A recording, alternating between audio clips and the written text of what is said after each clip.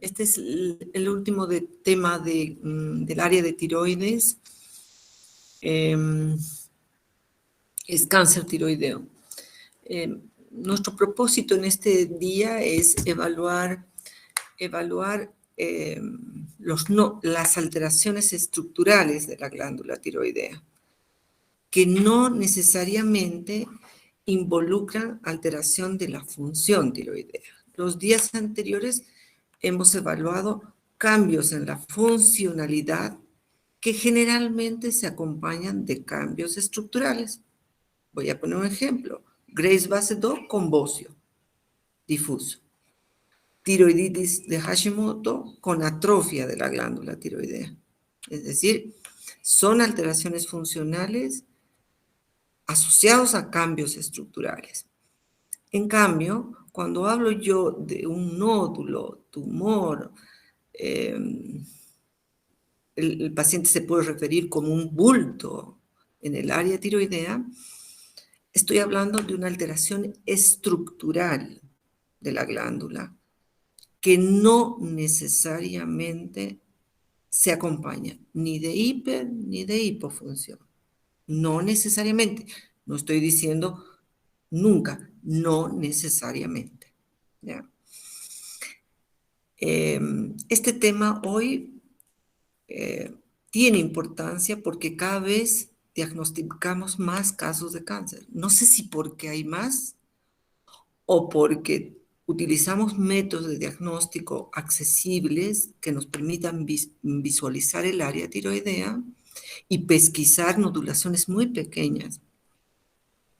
Probablemente una mezcla de ambas cosas. Pero el propósito de la clase es qué hacer cuando estamos con una tumoración tiroidea. ¿Qué hacer? Puede ser que incidentalmente se haya encontrado una tumoración en la glándula tiroidea. Incidentalmente, ¿qué quiere decir? Que ni el médico que exploró por X o Z motivo la paciente no encontró el examen clínico porque no se palpaba irregularidades de la glándula, el paciente no las ve, peor, pero no es infrecuente que nosotros estemos diagnosticando un cáncer tiroideo por que incidentalmente hayamos pedido algún estudio. Muy frecuente en este periodo de la pandemia se han hecho tomografías de tórax, sabemos por razones obvias, ¿verdad? Por el compromiso pulmonar. Y muy frecuentemente, muchos de los pacientes con neumonía por COVID se han enterado que tienen nódulos tiroideos. Entonces hemos visto a varios pacientes. No todos tienen nódulos con sospecha de malignidad, es decir, con sospecha de cáncer tiroideo. No todos, ¿no? Pero no faltó uno que incluso internado por COVID con un nódulo, porque en la tomografía de sus pulmones salió irregularidades en la tiroides, se complementó el estudio con una ecografía y se tuvo que hacer una biopsia, aspiración del nódulo, internado por COVID. Es una paciente mujer. Estoy hablando del seguro universitario. Es decir, la paciente puede encontrar cuando se esté haciendo frente al espejo un aseo y encontrar un pequeño bulto. Podemos encontrar en un examen clínico, nos ha ocurrido varias veces, como parte del chequeo clínico global, peor en nuestra especialidad, o finalmente, como acabo de decirles, incidentalmente, a través de algún procedimiento, un estudio, se encontró una nodulación. ¿Ya? Cuando la nodulación es grande, se ve, el paciente acude porque lo toca, porque lo ve, pero cuando la nodulación es pequeña y sospechosa de malignidad, nosotros tenemos que proceder lo mismo, sea cual sea el tamaño de esta tumoración. Nuestro objetivo entonces es que todo nódulo, nuestra meta es descartar que todo nódulo tiroideo o nódulos tiroideos no sean cáncer. Ese es nuestro objetivo, es decir, vamos a utilizar los métodos semiológicos, la clínica, los métodos complementarios, como esta ecografía que está demostrando 4 lesiones altamente sospechosas de una neoplasia, y después de eso vamos a hablar un rato, para finalmente tener un diagnóstico por biopsia y llevar a un tratamiento que puede ser solo la cirugía sin necesidad de complementar ni radioioterapia ni nada. Entonces, ese es nuestro objetivo. Hoy vamos a hablar de eso, de cáncer tiroideo. Vamos a ingresamos en el tema. Tengo una diapositiva que recién introducí, que me gusta más que esta que yo la tenía de antes, pero que también resume lo que vamos a ver. La incidencia del cáncer tiroideo es baja comparando con el cáncer mama, cáncer cervicouterino en la mujer, cáncer de colon, es baja, 1% de todos los tumores malignos. Sin embargo, si hablo desde el punto de vista endocrino, es el tumor más frecuente. Y si hablo del área cervical, es el tumor más frecuente. ¿Ya? Hay una estadística en varones 0,8 a 5 varones por cada 100.000 habitantes, y sin duda toda la patología tiroidea se han debido dar cuenta que es más en nosotros las mujeres, 1,5 a 19 por cada 100.000 habitantes. La clasificación, vamos a referirnos a este grupo, a esta clasificación, vamos a tomarla en cuenta, introduciendo un grupo de otros, porque hemos encontrado, no frecuente, pero hemos encontrado de otro estirpe, dentro de la glándula tiroidea, otro estirpe celular. Y en la etiopatogenia vamos a hablar de estos tres elementos. Sin embargo, hoy se añaden otros agentes inductores de tumores tiroideos como la obesidad, de la que hemos hablado en una clase de obesidad. Hemos hablado de 13 cánceres asociados a la obesidad y hoy se considera también un factor de riesgo la obesidad para el cáncer tiroideo. Dentro de los factores de riesgo, empezado por el último, de incorporar a la obesidad como un factor de riesgo que antes no lo considerábamos. Teníamos la obesidad asociada sobre todo a los cánceres hormonodependientes y al colon, pero hoy se ha incorporado eso. Otro factor de riesgo es la historia familiar, la genética, pero esto cobra importancia en las neoplasias endocrinas múltiples. Hemos hablado el otro día de las neoplasias endocrinas 2A y 2B, donde está inserto uno de los elementos, es el cáncer medular tiroideo. Si bien no son de las células epiteliales ni folículo tiroideo, es de las células parafoliculares, bueno, están dentro de la glándula tiroidea y por eso se considera un cáncer tiroideo, por supuesto. Entonces, recordar que el MEN2A se asocia a tumor paratiroideo, feocromocitoma, y el MEN2B, más neuromas mucosos y no así, no compromiso paratiroideo. Entonces, la historia familiar tiene mucha importancia en esto. Sin embargo, hoy con el advenimiento de la evaluación genética de los tumores, por supuesto que en nuestro medio no los podemos hacer, se ha abierto un camino importante en la evaluación porque muchos tumores con oncogenes que hablen de una evolución agresiva del tumor van a promover actitudes de tratamiento mucho más enérgicas, o lo contrario. Hay protooncogenes que marcan la diferencia y decir, este cáncer siempre va a ser de evolución muy lenta y no se preocupen. Tanto así no se preocupen que ahora no se hacen tiroidectomías totales, sino hemitiroidectomías nada más. Eso va a marcar en el futuro, actualmente también, pero no en nuestro medio, tomar decisiones o mucho más severas para combatir agresivamente una neoplasia, o mucho más contemplativas para no operar lo que no se tiene que operar. Entonces, la genética juega un rol importante, sobre todo en estos cánceres. La deficiencia de yodo, se ha hablado que la deficiencia tiene una relación más con el cáncer folicular tiroideo. Sin embargo, aún es controversial este hecho. Lo que sí se sabe es que si yo tengo deficiencia de yodo, lo hemos hablado, el yodo es un oligoelemento importante en la síntesis de hormona tiroidea. Si yo no tengo lo suficiente, ¿qué va a pasar? No voy a producir cantidad adecuada de hormona tiroidea, la TSH va a empezar a subir y la TSH elevada es un promotor del estímulo, del crecimiento de la glándula tiroidea. Viene por ese lado. De ahí que países se aseguran de que el aporte dietario de yodo sea el adecuado, sea totalmente el adecuado. En nuestro medio siempre tenemos niveles subóptimos de yoduria y lo hemos comentado eso. En Estados Unidos los aportes deben oscilar entre 200 y 500 microgramos día. Sin embargo, algún estudio, no recuerdo el último año en que la OMS intervino con el carrito de la vigilancia de los yodos, pero habíamos estado con un valor muy tope inferior. Y en eso el país, el Ministerio de Salud tiene que participar activamente.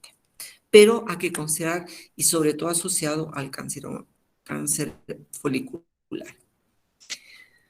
Esto es muy importante y cuando yo estoy ante un tumor sospechoso o un nódulo sospechoso de malignidad, es importantísimo averiguar esto en la historia.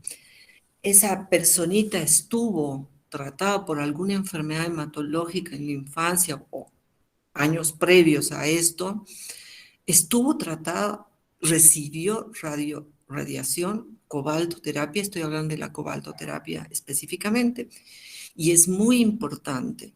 Se dice que este antecedente pesa mucho y aumenta el riesgo, miren en cuántas veces, 36.4. Sin embargo, cuando analizamos los cánceres, no encontramos más del 10% de personas que han sido sometidas a radiación y que puede considerarse una agresión a la glándula tiroidea y causante por ahí de la patología neoplásica de esta glándula. Se dice que eh, radiaciones de alto voltaje lo que hacen es destruir a la glándula, producir hipotiroidismo, pero radiaciones más pequeñas que por un tiempo se utilizó en patología benigna como el acné, por ejemplo, se utilizó radiación.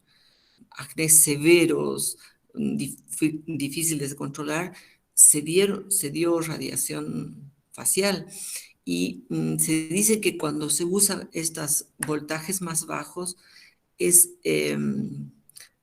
una agresión que puede relacionarse más con cáncer. En cambio, voltajes más altos, más con hipofunción tiroidea. No hay que olvidarse que hay un periodo de latencia entre la exposición a la radiación y la posibilidad de la presencia del nódulo tiroideo. Este periodo está consignado hasta 10 años. Es decir, no podemos decir ya pasaron 2 años de lo que esta personita por un linfoma cervical recibió radiación. No, hasta 10 años el periodo de latencia. Otro dato que se está incorporando dentro de lo que corresponde a la radiación es el tema de la frecuencia de estudios mamográficos en personas que están en vigilancia estrecha por un cáncer o por un VIRAD-3 que tienen que repetir cada 6 meses.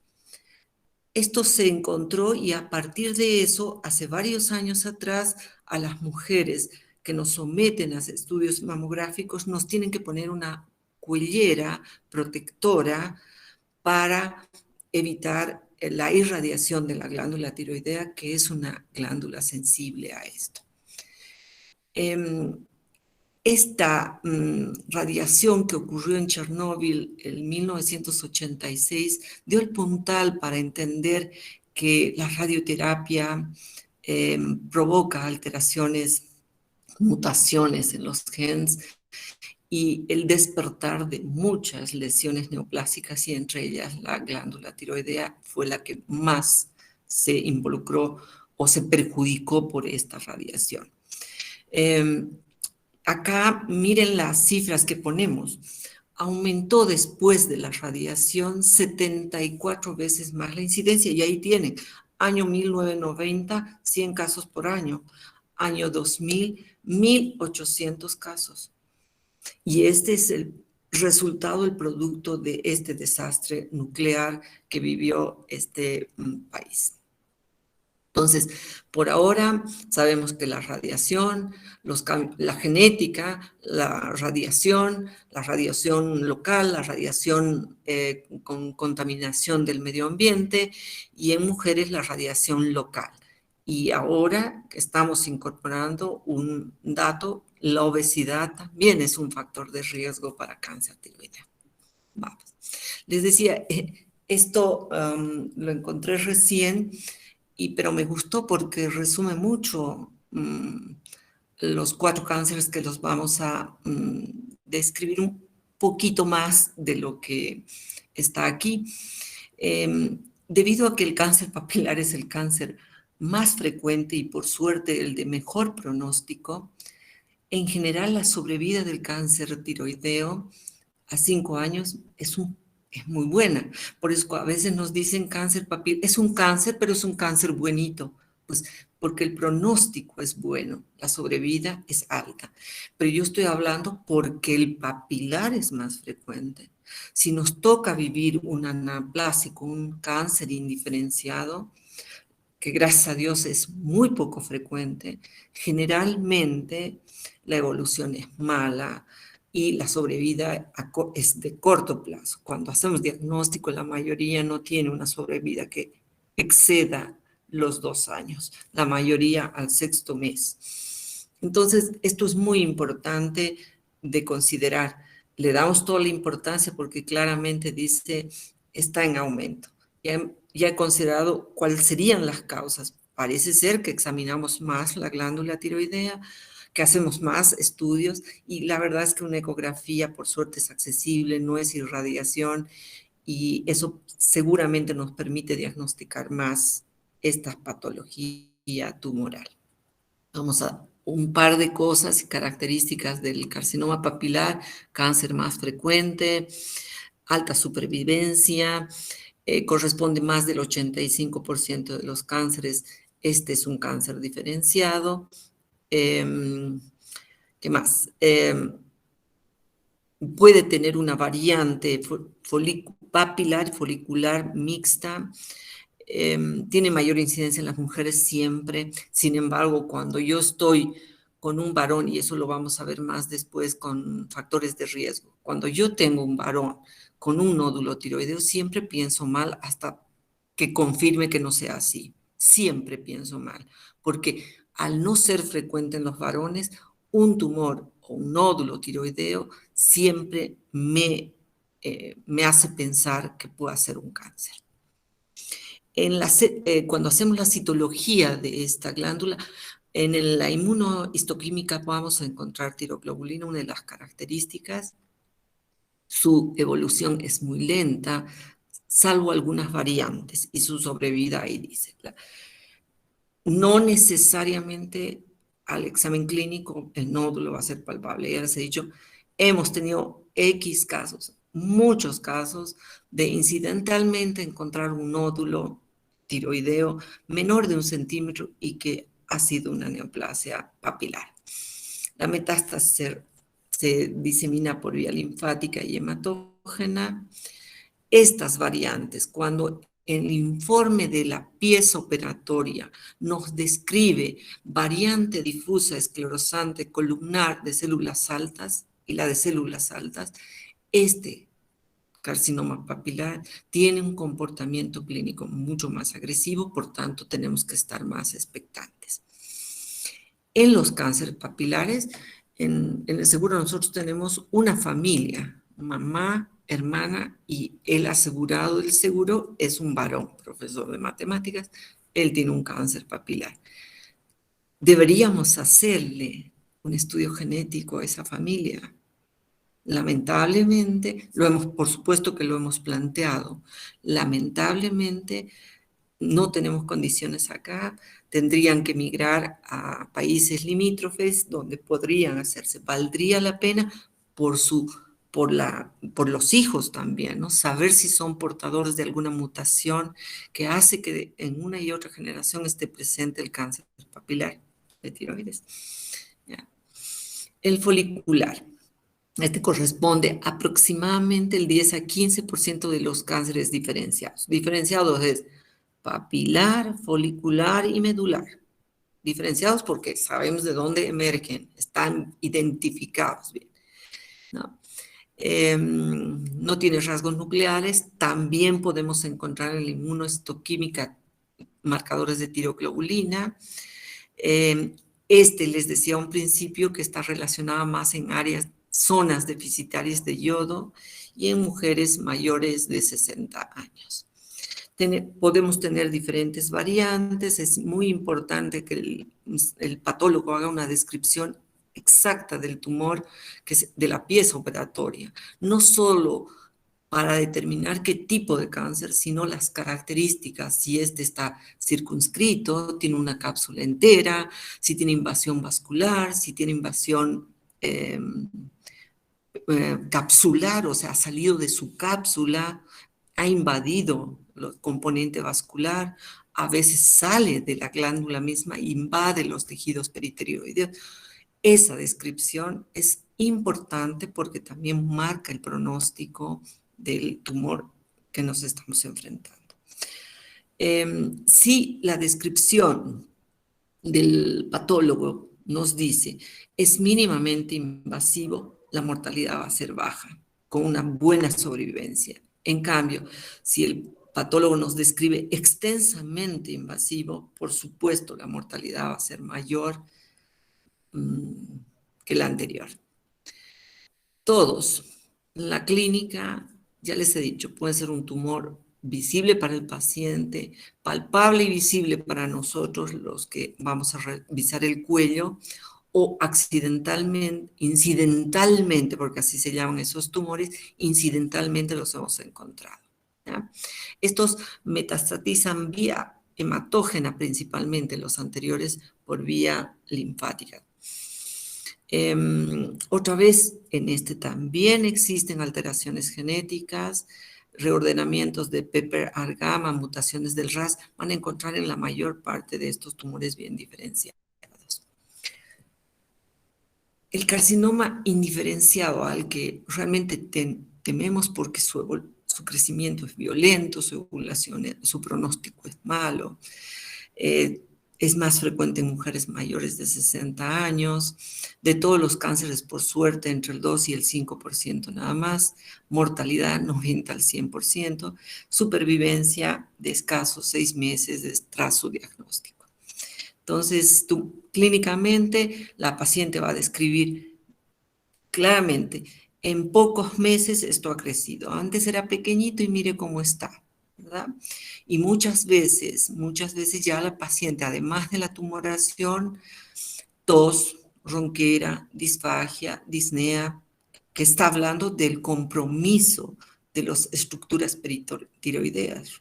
Ronquera, nervio recurrente, disfagia, esófago, probablemente los posteriores, los que están localizados en el área posterior, disnea, la tráquea. Entonces uno nos está hablando, la presencia de esto y ya nos está hablando de que estamos ante un tumor agresivo.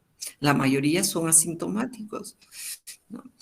En estas encontramos mutaciones de P53, si podemos hacer, ameritaría realmente tomar todos los recaudos y saber a qué nos estamos enfrentando.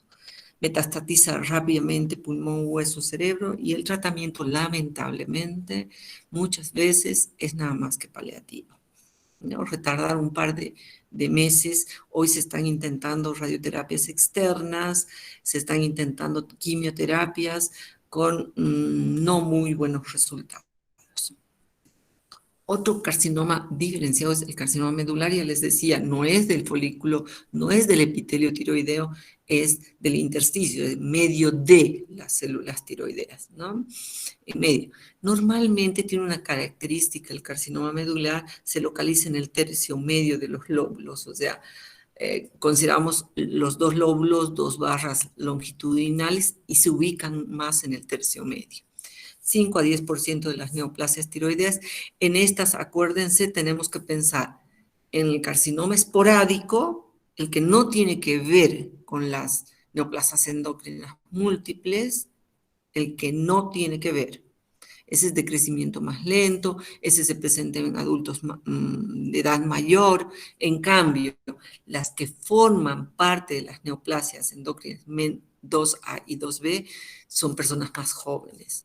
Y si recuerdan lo que hablamos cuando hablamos de estas neoplasias, incluso se plantea el tratamiento quirúrgico sin patología tumoral, con solo la identificación del protooncogen, valdría, y con una calcitonina circulante ya aumentada, valdría la pena ya intervenir quirúrgicamente para hacer una cirugía preventiva en este caso, ¿ya? Como está haciendo mucha gente con el cáncer de mama familiar.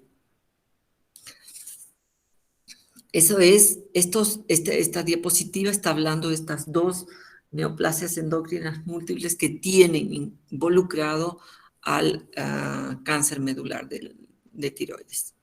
Lo ideal, el estudio familiar seguro y tiroidectomía lo más precoz posible, incluso con vaciamiento ganglionar peritiroideo, aunque no tenga lesiones infiltrantes en estas estructuras.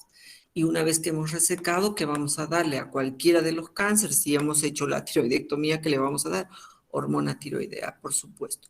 En cáncer medular de tiroides tenemos la gran suerte de tener este marcador, estas células donde se asientan producen calcitonina y podemos hacer un seguimiento con calcitonina, tanto para diagnóstico como para seguimiento postoperatorio. Nos sirve la calcitonina. Les decía que si bien los 4 cánceres que acabamos de hablar, folicular, papilar, medular y anaplásico, son los que están descritos en la mayor parte de los libros, se encuentran también, muy rara vez, los linfomas tiroideos. A nosotros nos tocó vivir un linfosarcoma tiroideo muy agresivos. Y no nos olvidemos de esto. Cuando yo tengo una paciente portadora de una tiroiditis de Hashimoto, encuentro irregularidad al examen clínico de esa glándula, debo pedir una ecografía sí o sí. Y si encuentro una nodulación, denle mucha atención, háganle seguimiento, hagan el estudio debido, porque la posibilidad de tener neoplasia y sobre todo un linfoma tiroideo es alta en el fondo de una tiroiditis de Hashimoto. Siempre en mujeres hay que hacer inmunohistoquímica forzosamente para un linfoma tiroideo, quimioterapia combinada y radioterapia. Yo, el caso que tuve, un caso muy lamentable, hija única, una muchachita que vino por sobrepeso a la consulta y en el examen clínico encontré en el área tiroidea un nódulo, empezamos el estudio, era un nódulo de alta sospecha, se lo operó, nos dijeron que era un adenoma benigno y 6 meses después estaba lleno de adenopatías cervicales. Se volvió a hacer una biopsia de una de ellas, y era un linfosarcoma tiroideo. La persona falleció, hizo quimioterapia, radioterapia y pocos meses después, lamentablemente, falleció. Fue un linfosarcoma tiroideo. Esas son cosas rarísimas, pero bueno, escúchenlos. Lo que queremos que de aquí se salga es que sepamos que hay diferenciados, indiferenciados, cuál es el más frecuente, que eso es lo más importante.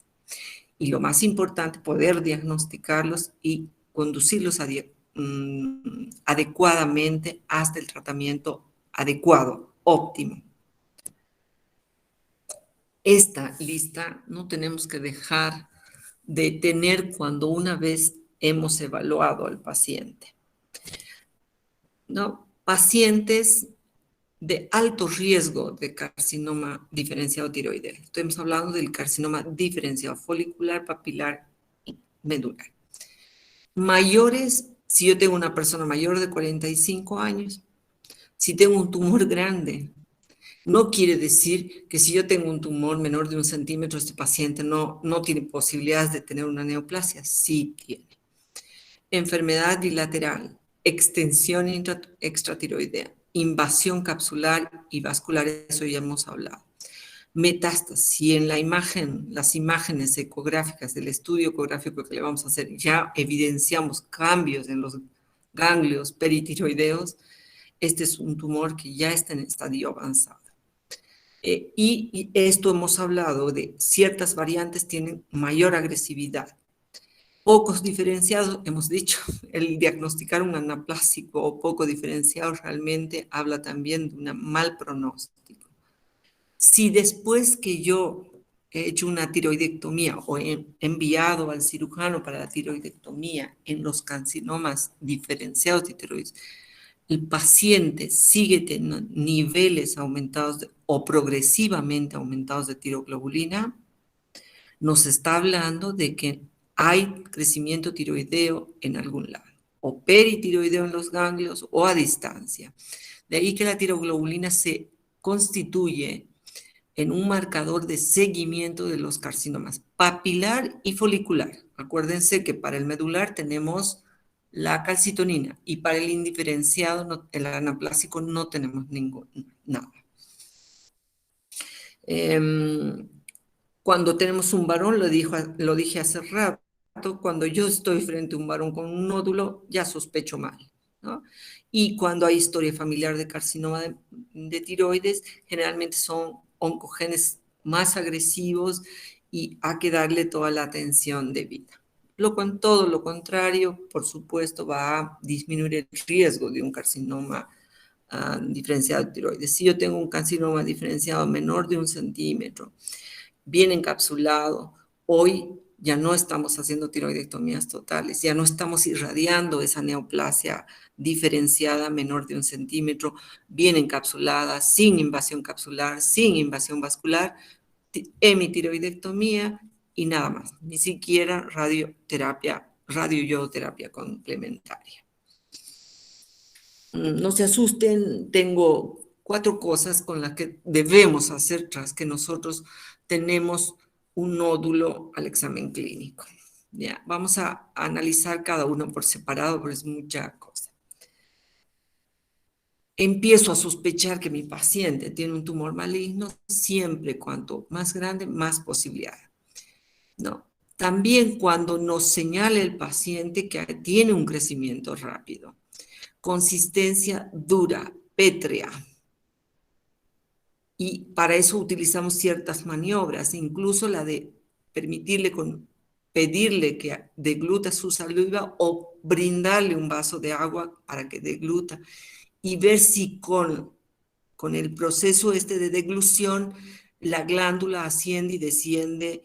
Cuando no está adherida a planos profundos, asciende y desciende con la deglución.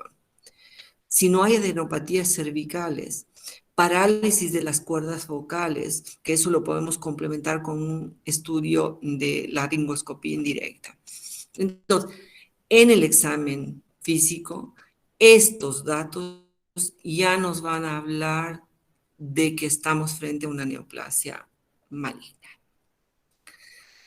Es sin duda la ecografía el mejor estudio. Una buena ecografía, no estoy hablando de cualquier cosa, sino de una buena ecografía.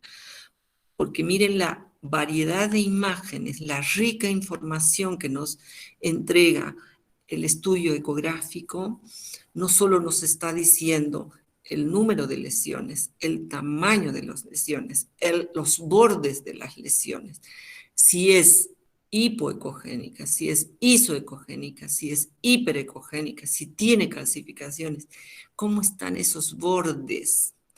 Hasta hace poco, el complemento del Doppler a estas lesiones nos permitían decir que si tenía mucha vascularidad el nódulo en el interior, no en la periferia, era un signo de malignidad. Hoy se ha eliminado eso porque se dice que toda la glándula en realidad es muy vascular. Entonces ya no es un dato el aumento de la vascularidad interna del nódulo ya no es un dato que hable de mayor riesgo de malignidad. Las calcificaciones, si estas son gruesas, en la primera imagen superior izquierda pueden ver esas imágenes.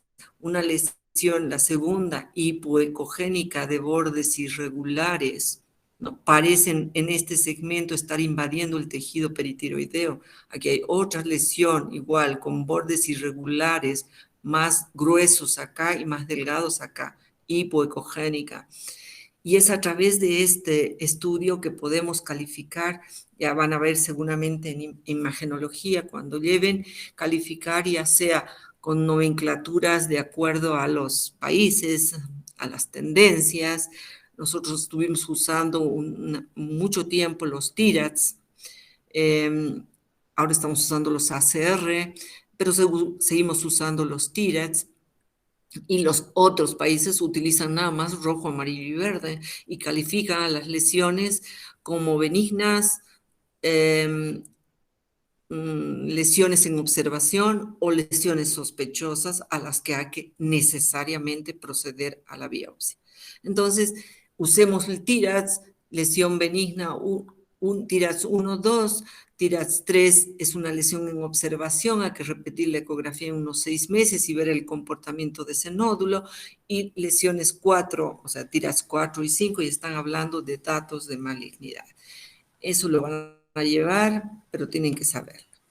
Y sin duda, y sin temores a que explicar a nuestro paciente que los riesgos de diseminación a través de este estudio son bajos, porque eso tiene miedo el paciente. Dice, ay, estamos sospechando es maligno, si usted me pincha lo va a extender el tumor.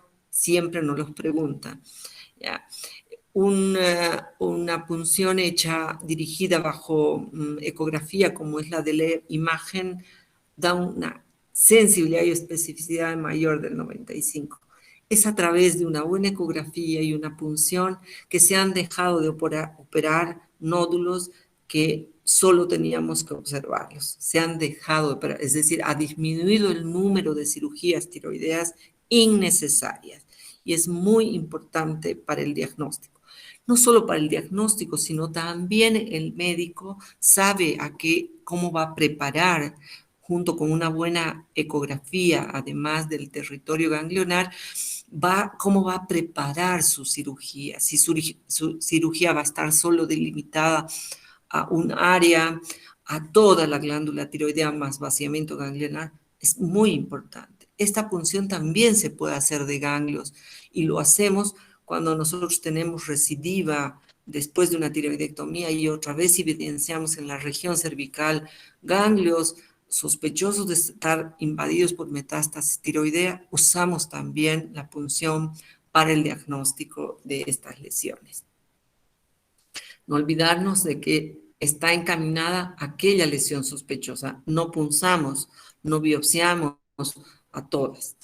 Y un complemento que en los últimos años ha ayudado también a tomar decisiones es la elastografía, que no solo estamos usando en el área tiroidea, sino también estamos usando para mama, se está usando para hígado, para todo lo que es fibrosis hepática, neoplasias hepáticas, se está utilizando. En el área tiroidea realmente da una rica información y nos ayuda a tomar decisiones cuando estas lesiones son rígidas, de gran dureza. Tiene una sensibilidad, miren, variable, pero importante y una especificidad mucho mayor. Entonces, mide elasticidad, consistencia, dureza de los tejidos o los tejidos peritiroideos también. El valor predictivo es independiente del tamaño y de la localización del nódulo, efectivo en el diagnóstico de lesiones foliculares determinadas. No es útil, por supuesto, si yo tengo una calcificación en cáscara de huevo que acompaña a las lesiones benignas. Ojo, esa calcificación me puede dar una dureza y estamos haciendo una mala interpretación de eso. Entonces, hay que diferenciar primero el nódulo. Si el nódulo está rodeado de una cascarita, se llama así también imagen en cáscara de huevo, es un nódulo benigno rodeado de una calcificación de la cápsula, no nos sirve la elastografía, ¿verdad?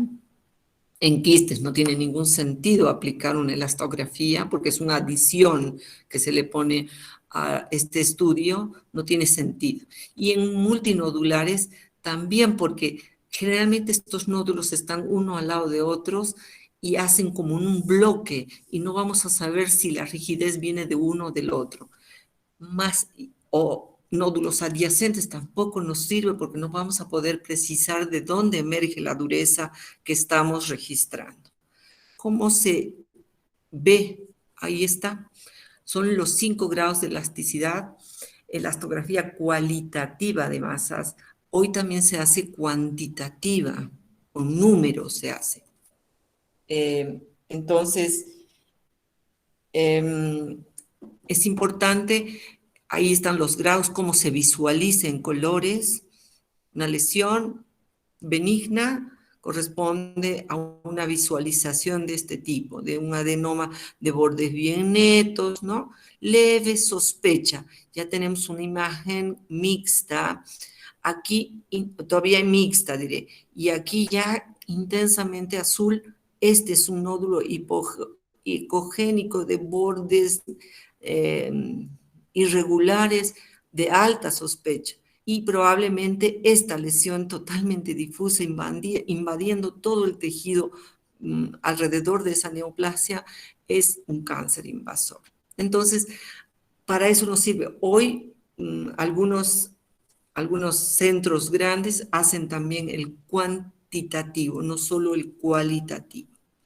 Muy bien, hemos diagnosticado, no se olviden de que no acá, pero en todas otras partes se está utilizando el estudio genético.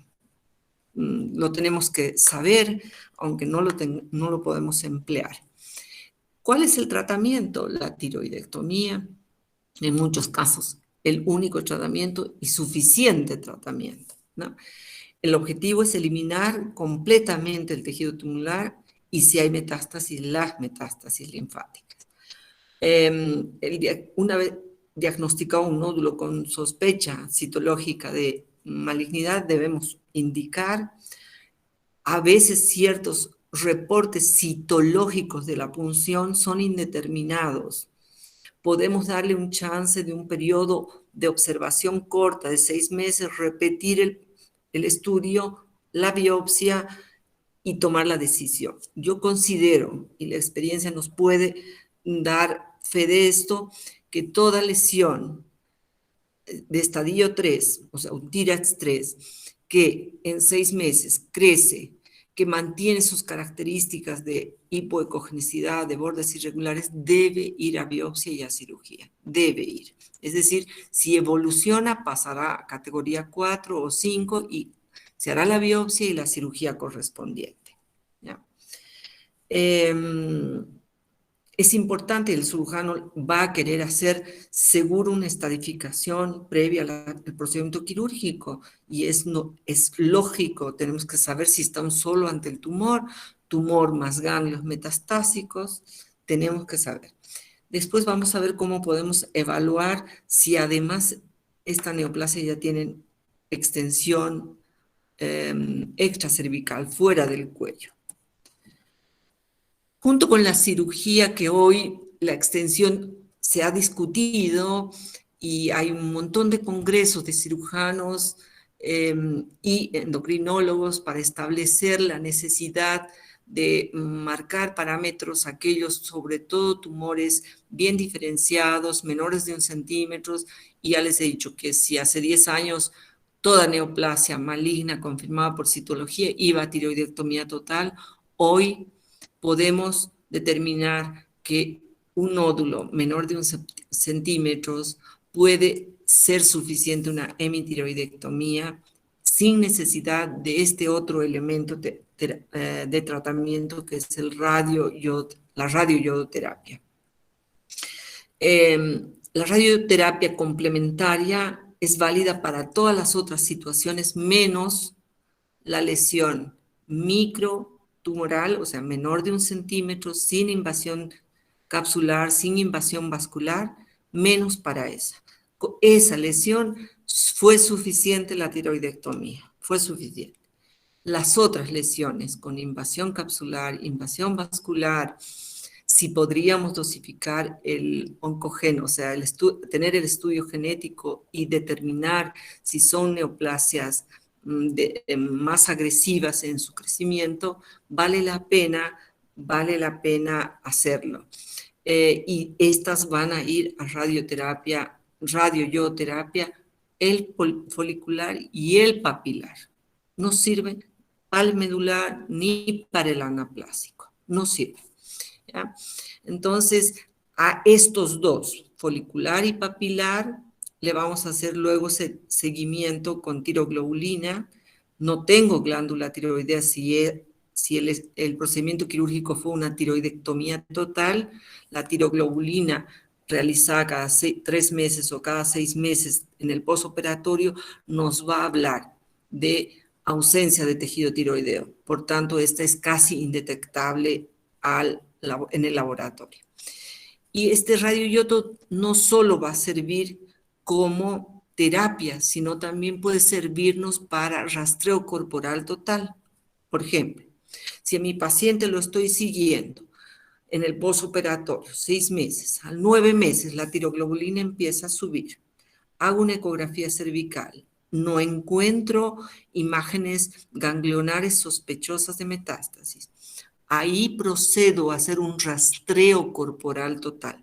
Rastreo es un estudio que le voy a hacer con yo 131 también. Esto es tratamiento. Voy a destruir cualquier residuo de tejido tiroideo en el lecho tiroideo y en algún ganglio probablemente no visualizado. Voy a destruir. En cambio, un rastreo es buscar por qué la tiroglobulina está ascendiendo, dónde hay tejido tiroideo. Entonces, le hacemos tomar una dosis pequeña de 3 a 5 milicurias y rastreamos. Todo lo que es crecimiento de tejido tiroidea va a captar esto. Y entonces vamos a saber dónde está el tejido tiroideo metastásico. ¿Ya?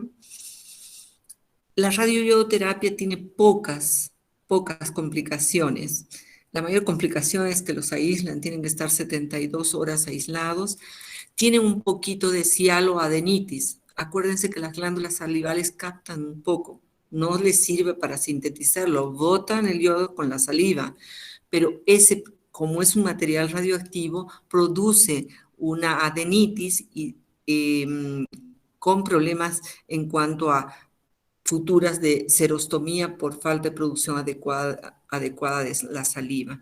Esas son poco frecuentes y, por supuesto, no puedo dar yo radioactivo a una persona que esté embarazada, por lo que implica la destrucción del tejido tiroideo del feto. Parte del tratamiento del cáncer diferenciado tiroideo y también de los otros cánceres, porque le estamos sacando al medular la glándula tiroidea, el anaplásico sí puede hacerse la exéresis total de la glándula, debemos reponer con hormona tiroidea. Igual papilar, igual folicular, con una sola salvedad. A diferencia del tratamiento de un hipotiroidismo sin lesión neoplásica, un hipotiroidismo, un Hashimoto, por ejemplo, no necesitamos llevar a la TSH a nivel bajo, por debajo del límite inferior. Vamos a poner, si en algún método las unidades registradas de 0,4 a 4, queremos conducir a nuestro paciente a una inhibición de la TSH, para lo que tengo que darle un poquito más de hormona tiroidea, tratando de que no entre en un hipertiroidismo iatrogénico, tratando de que no entre, tratando de mantener la TSH inhibida. Si yo mantengo esa TSH inhibida, impido el estímulo que puedo provocar en algunos restos o metástasis tiroidea. ¿Listo? La quimioterapia poco útil en las otras patologías, tanto en el carcinoma diferenciado de tiroides como en carcinomas indiferenciados, pero se está empleando, hay nuevos fármacos para eso y la radioterapia solo en metástasis óseas dolorosas como tratamiento paliativo. Este es el seguimiento que le voy a hacer. Ya le he operado, he irradiado el que necesitaba y cómo lo vamos a seguir a nuestro paciente. Es la última diapositiva. Tiroglobulina sérica para los diferenciarios, cáncer diferenciados de tiroides, calcitonina para el medular, rastreo corporal total para pesquisar metástasis en caso de evidenciar aumento de la tiroglobulina, lo he dicho hace rato, y recomendar el uso de TSH. A ver, yo para ir a un rastreo corporal de mi paciente tengo que quitarle la hormona tiroidea, dejarlo hipotiroideo 3-4 semanas para hacerle un rastreo corporal total. En otros países no hacen eso. No hacen eso. Lo que hacen es inyectarle TSH recombinante, aumentan la TSH circulante y hacen el rastreo, sin necesidad de ponerlo al paciente, no solo con el malestar de un hipotiroidismo, sino de conducir a un incremento de la TSH sostenido por varias semanas, lo que podría generar también estímulo del crecimiento de las metástasis. Pero bueno, estamos en Bolivia, no tenemos TSH recombinante, es costoso y así nos manejamos. A los pacientes los ponemos hipotiroideos, los mandamos a rastrear con yo 131 y si hay rastreo positivo hay que complementar con la dosis terapéutica requerida y si no, se terminó ahí el estudio y le reponemos otra vez su hormona tiroidea. La tiroglobulina para los cánceres más frecuentes, que es el cáncer papilar y folicular, es un dato, el incremento de este es un dato de recidiva tiroidea. Eso es lo que quería compartir con ustedes. Si hay alguna pregunta, chicos, estoy acá. Recordar los tipos, recordar la evolución, la evaluación clínica, la ecografía, la punción, el estudio genético, en la ecografía, la implementación de la elastografía, que es muy importante, los factores de riesgo, es otra cosa que tenemos que recordar, y lo otro es qué nodulación, o sea, cuáles son factores que hablan de peor pronóstico o de mejor pronóstico. Esas son las cosas que tenemos que acordarnos de esta revisión. No podemos pedir más porque esto es un tema de especialidad, pero como futuros médicos tienen que saber cuál es el cáncer más frecuente, por supuesto, y cómo se los estudia, ¿verdad? Si no hay preguntas, hemos terminado. Y si no, si hay, estoy acá, chicos.